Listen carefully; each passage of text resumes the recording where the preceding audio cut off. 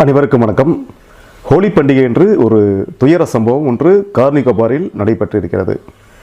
அதை பற்றி தான் இப்பொழுது நாம் பார்க்க இருக்கிறோம். கார்னிகோபாரில் ஹோலி பண்டிகை என்று ஒரு 5 பேர் அங்கு ஹோலி கொண்டாடுவதற்காக சென்றுள்ளனர் என்று தெரிய வருகிறது. அதாவது ஹோலி அன்று கார்னிகோபார் கடற்கரைக்கு 5 பேர் சென்றிருக்கின்றனர். அதில் ரேணுகா என்பவர் ஜவஹர் நவோதயா வித்யாலயாவில் ஆசிரியராக பணியாற்றி வருகிறார். அப்பொழுது 3 பேர் அந்த கடற்கரைக்கு அருகில் சென்று இருக்கின்றனர். 2 பேர் அந்த மணலில் அமர்ந்திருக்கின்றனர். 3 பேர் சென்ற பொழுது அந்த ரேணுகாவும் அதில் அந்த 3 பேரில் இருந்திருக்கிறார். அப்பொழுது ஒரு பெரிய அலை ஒன்று அவர்கள் அருகில் வந்திருக்கிறது. அப்பொழுது அந்த அலை அந்த 3வரையும் கடலுக்குள் இழுத்து சென்றிருக்கிறது. உடனே அருகிலுள்ள உள்ளூர் வாசிகள் அவர்களை 2 பேரை மீட்டு விட்டனர்.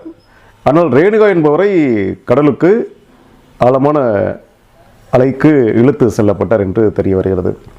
பின்னர் ரேணுகாவை காண முடியவில்லை. அவர் கடலுக்கு ஆழத்துக்கு இழுத்து சென்று விட்டதாக தெரிய வருகிறது. 2 பேரை மீட்டு விட்டனர். பிறகு அவரை மீட்பதற்காக இந்திய இராணுவ ஹெலிகாப்டரை அனுப்பி வைத்திருக்கின்றனர். கடலுக்குள் இழுத்து செல்லப்பட்ட ரேணுகாவை காப்பாற்றுவதற்காக இந்திய இராணுவ ஹெலிகாப்டரை அனுப்பி வைத்திருக்கின்றனர்.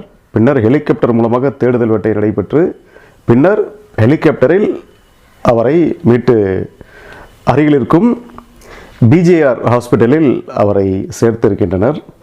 அவரை சேர்த்த பொழுது ரேணுகா அவர்கள் இறந்து விட்டதாக ஹாஸ்பிட்டல் வட்டாரம் தெரிவித்திருக்கின்றது.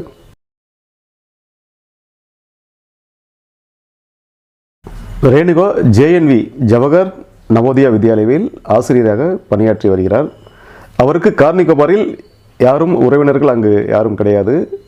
அங்கு இருக்கும் சக ஆசிரியர்கள் மட்டும்தான் அங்கு இருந்திருக்கின்றனர்.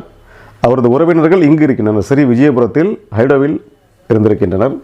பின்னர் அவரது உடல் அங்கிருந்து ஹைடோவில் நோக்கி வந்து பிறகு இங்கு அவரது உடலை அடக்கம் செய்யப்பட்டிருக்கிறது. இதில் யாருமே கடலுக்குள் நீந்துவதற்கோ கடலுக்குள் குளிப்பதற்கோ செல்லவில்லை என்று தெரிய வருகிறது. இதிலிருந்து என்ன தெரிகிறது என்றால், கடற்கரைக்கு யாரும் செல்லும் பொழுது அதாவது ஒரு குழுவினரோடு தான் கடற்கரைக்கு உள்ளே செல்ல வேண்டும். கடற்கரைக்கு உள்ளே அதாவது குளிக்க சென்றாலும் சரி, சும்மா அந்த கடற்கரைக்கு அந்த கால்களை நாம் ஈரப்படுத்துவதற்காக சில பேர் சொல்லுவார்கள். அப்படி செல்லும் பொழுது கூட அந்த அலை இழுத்து சென்றுவிடும் என்பதுதான் உண்மை. அப்படி செல்லும் பொழுது கூட அருகில் நாம் ஒரு குழுவோடு தான் கடற்கரைக்கு செல்ல வேண்டும். அப்பொழுதுதான் ஒரு பெரிய அலை வந்தால் கூட நாம் உடனடியாக மீட்க முடியும். தனியாக சென்றாலோ கடலுக்கு உள்ளே சென்றாலோ அது ஒரு பாதுகாப்பானது இல்லை என்று இதன் மூலம் தெரிய வருகிறது. எனவே பாதுகாப்பாக கடற்கரைக்கு செல்ல வேண்டும் என்பதுதான் இதிலிருந்து நாம் கற்றுக்கொள்ள வேண்டிய ஒரு பாடம். நன்றி, வணக்கம்.